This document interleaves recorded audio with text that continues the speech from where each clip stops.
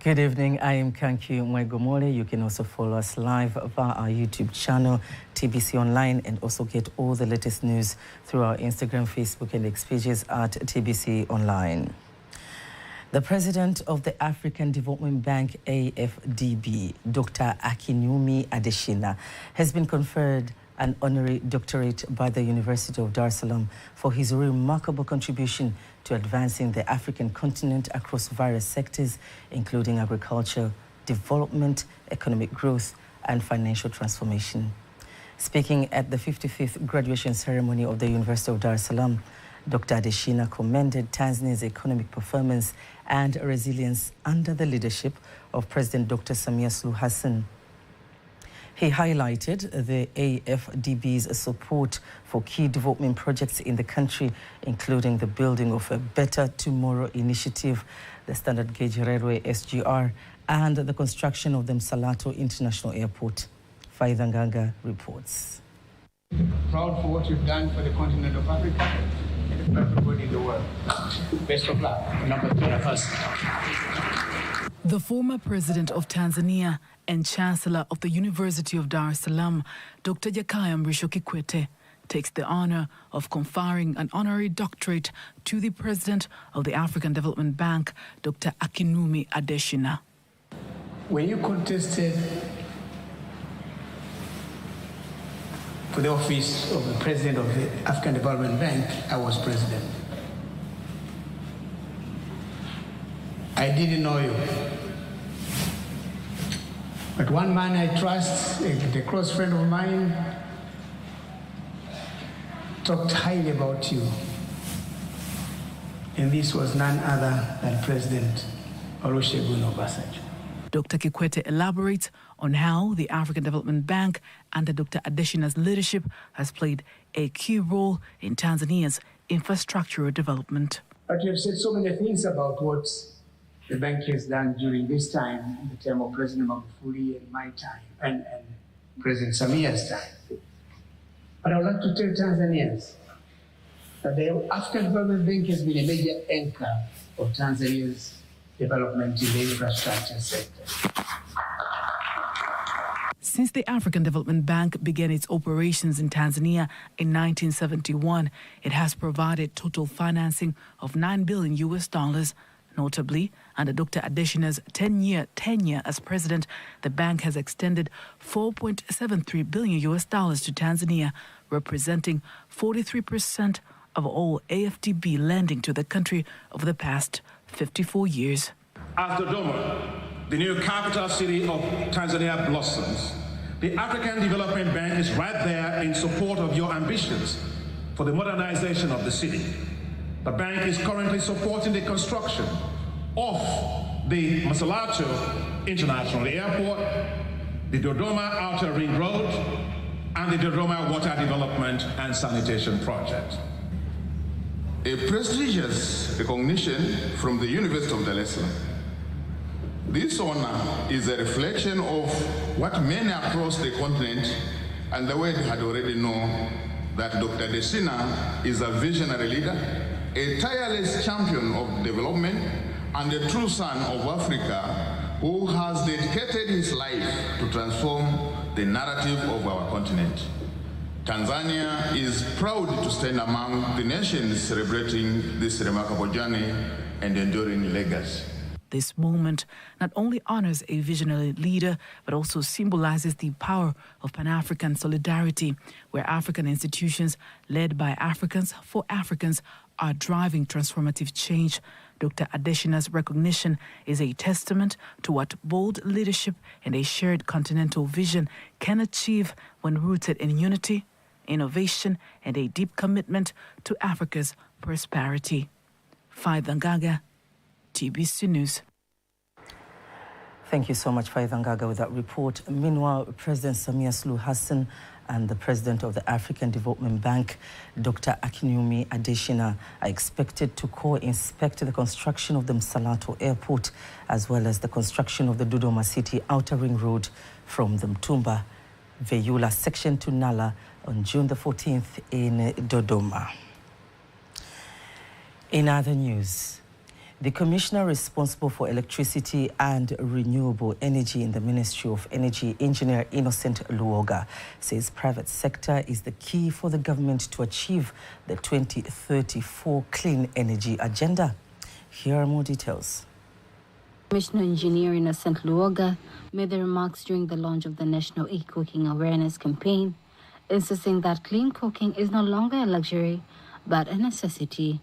The government is going to collaborate with the private sector to fast-track this e-cooking program. And the purpose is now to change the mindset of the people from using these traditional ways of cooking to new technology for cooking. And when we say new technology for cooking or modern energy cooking, is not only using mkabola, is not only using gas, but also electricity. And this is special for electricity cooking. Now, you have asked. Furthermore, Luoga lays fears over safety and affordability of the electric cookers that will soon be available, enhanced with cost-effective new technologies. Now we have this electric cookers. Well, people are saying that it is not safe. People are saying that it is expensive.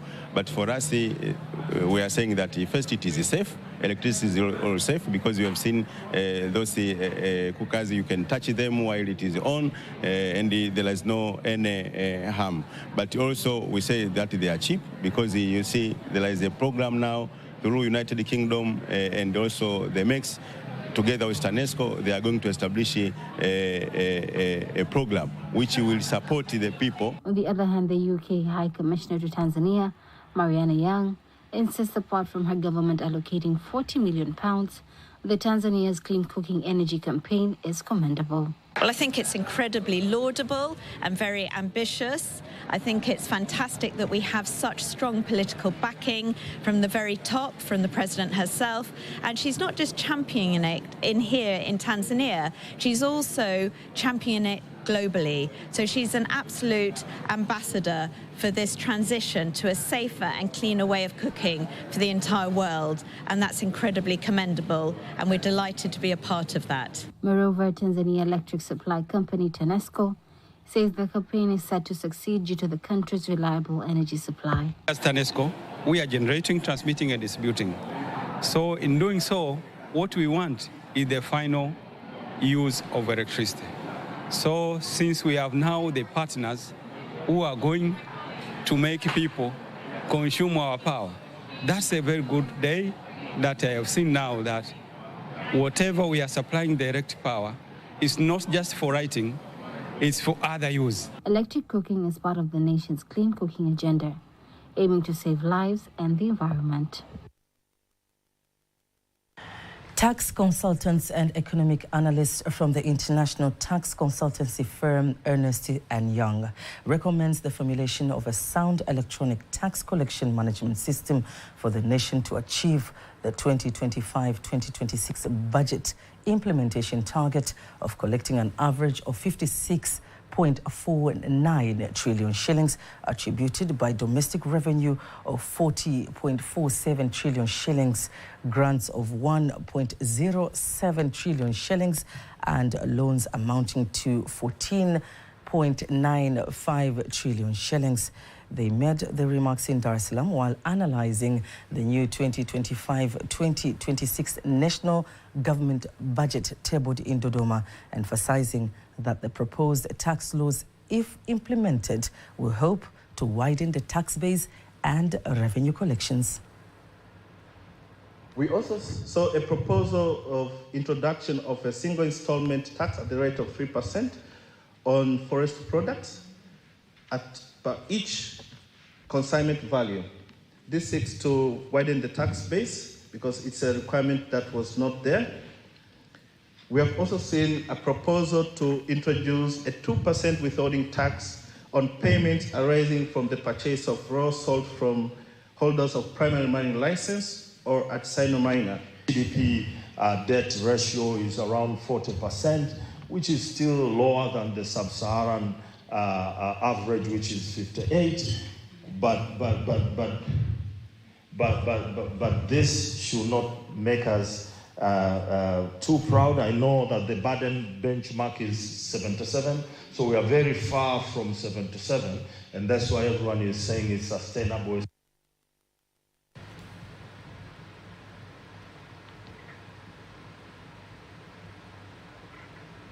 On the other hand, the Director General of the Tanzania Private Sector Confederation, Raphael Maganga, says the budget priorities provides an opportunity for the private sector to fully participate in the nation building.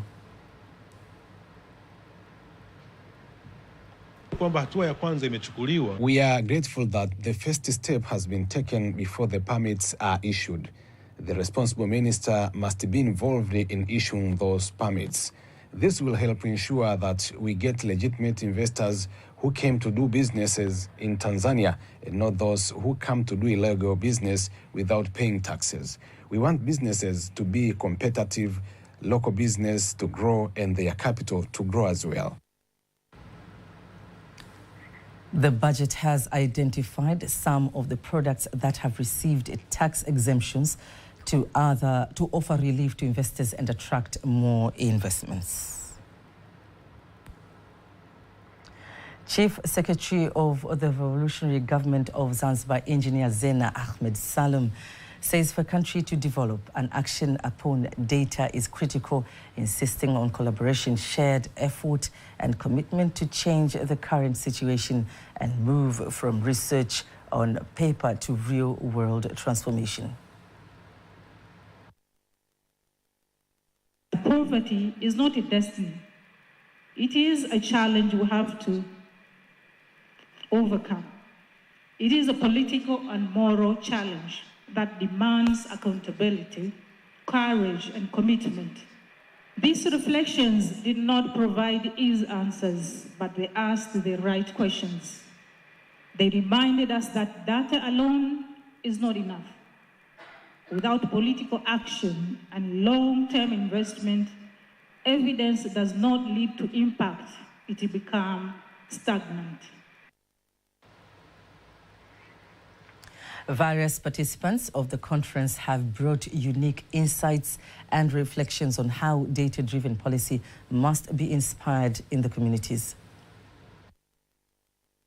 To sit together and discuss together various ways of measuring extreme poverty so that we can accelerate the rates towards meeting the targets of the Sustainable Development Goals by 2030.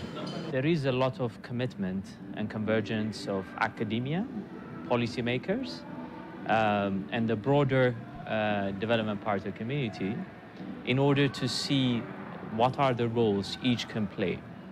Within that context, the most important thing is we have to be able to have context-specific and localized knowledge that's based on data and evidence in order to make progress in our collective commitment. One is to understand where these poverty pockets are, and most likely where the poor are concentrated is mainly in agriculture and in the formal economy, where productivity is low and incomes are low. So we face a challenge of raising the level of productivity in these sectors which contain the poor people the most.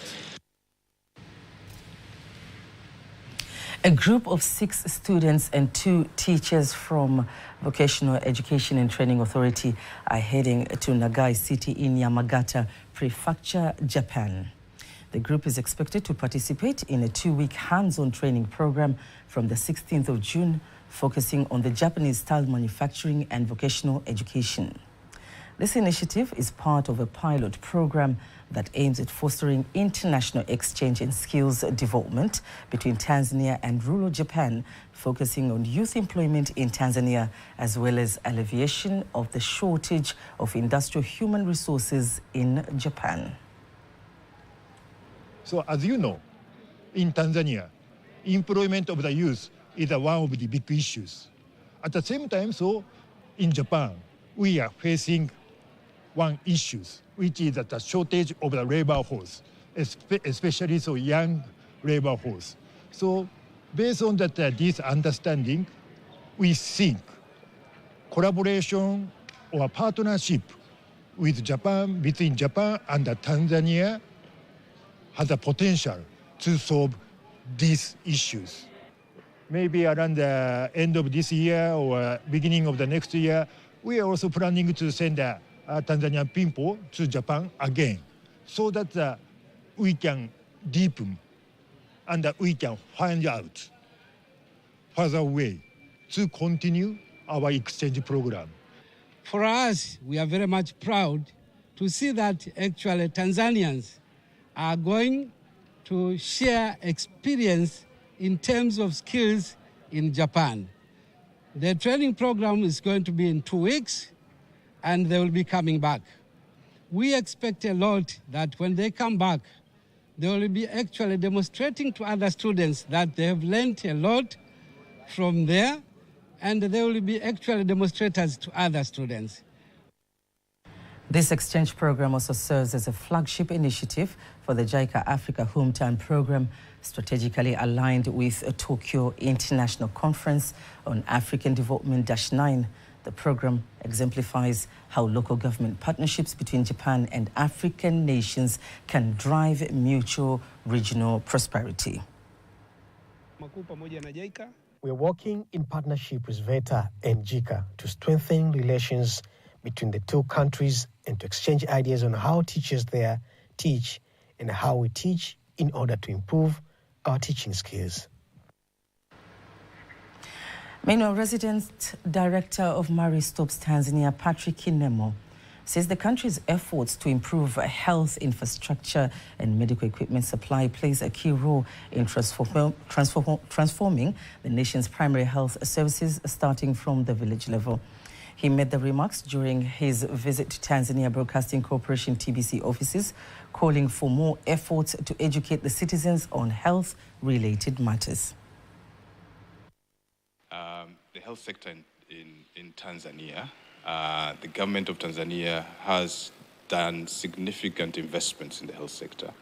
They have invested significantly in ensuring that health facilities are where they are needed. So over the years, incrementally, the government has been building health infrastructure, but it has also invested in the human resources, for the workforce for the health sector. So over time, those investments are bearing fruits. Nevertheless, Tanzania is a vast country. More investments are needed. Kinemo furthermore stresses on the private sector's role through public-private partnership to support the government to provide adequate health services, especially on the outskirts. Tanzania is vast. The government has many responsibilities. And so PPP, public-private partnership, helps extend provision of services. So beyond just the capacity of the government, but you're also leveraging partnerships to reach more people with services in many parts of the country. So we as partners, MariStops and other non-government organizations, work closely together with the government to ensure that services reach common people in all areas of Tanzania. MariStops specifically works around the sexual reproductive health and rights, family planning, contraception. We work closely with the government on all regions. We support what we term as outreach services. So in areas whereby there are no facilities, MariStops works closely with the government to take services to those villages, to those areas where there are no health facilities, using our outreach services. On the other hand, the TBC Head of Public Relations and Communications Unit, Catherine Nchimbi, says the visit reinforces deep cooperation between the two organizations. Establish relations with TBC, because TBC is a public broadcaster, and so that is an opportunity, because TBC is countrywide. Yeah? We reach where others cannot reach. We are all over the country, so it is an opportunity for them. So that they decided that it is better to come to TBC, to come to us, so that we can collaborate in their program, in their events. And that's the main issues. Because MariStops are working on maternal issues, on the health of mother, child, on the reproductive issues. So that's the main issues.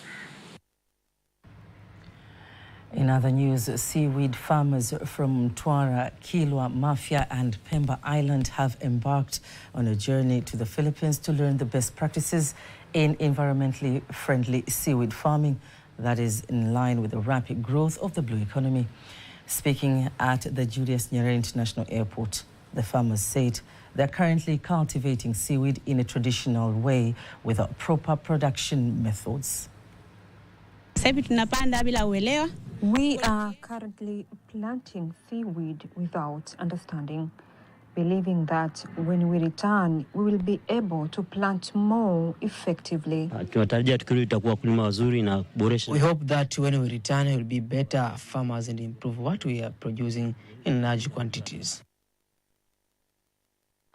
Seaweed Mwani Company, which is the largest buyer of Tanzanian seaweed, says they buy up to 700,000 tons per year from the farmers, an amount that does not meet the market demand.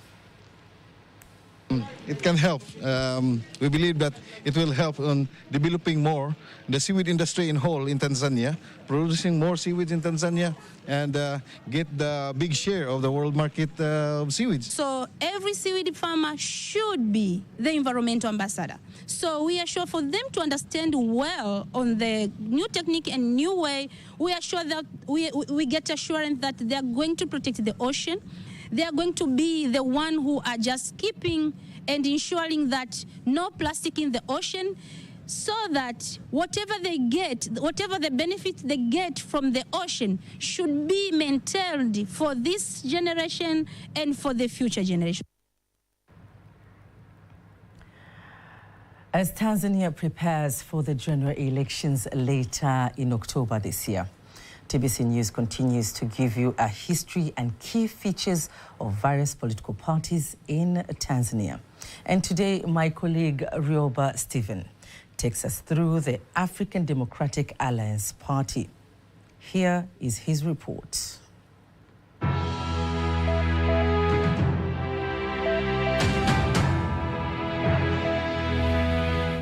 African Democratic Alliance Party, AFDB, is one of Tanzania's long-standing opposition parties shaping the country's political landscape since its registration in 1992.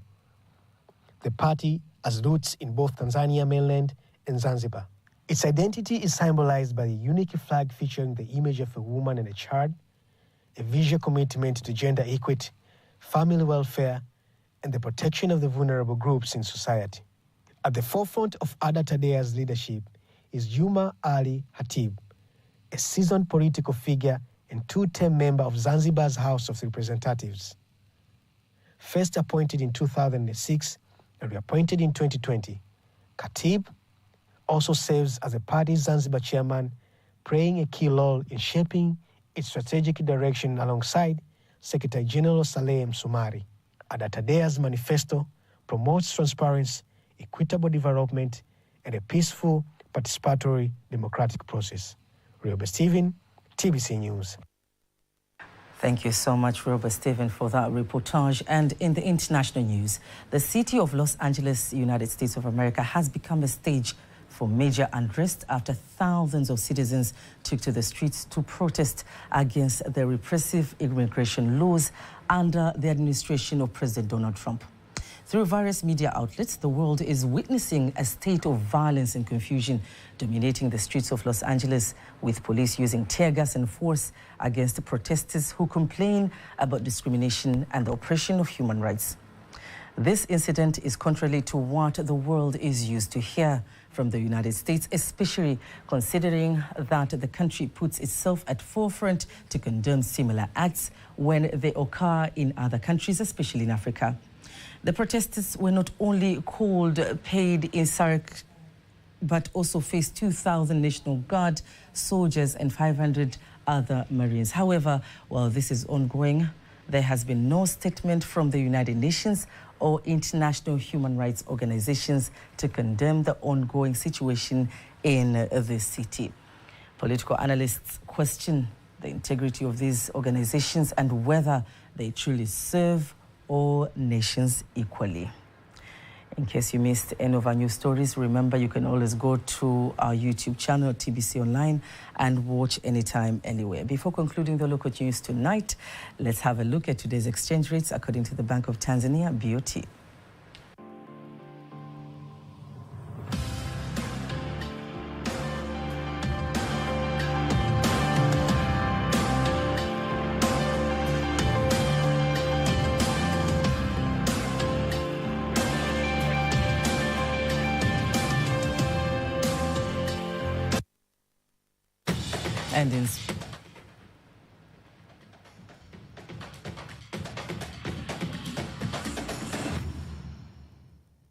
And in sports, Tanzania Premier League Board TPLB has once again postponed the Tanzania Premier League arch rivals Young Africans and Simba Sports Club match, which was scheduled to be played in June on the 15th at Benjamin Mkapa Stadium in Dar es Salaam. According to the report released from TPLB, the match will now be played at Benjamin Mkapa Stadium on June 25th at 5 p.m.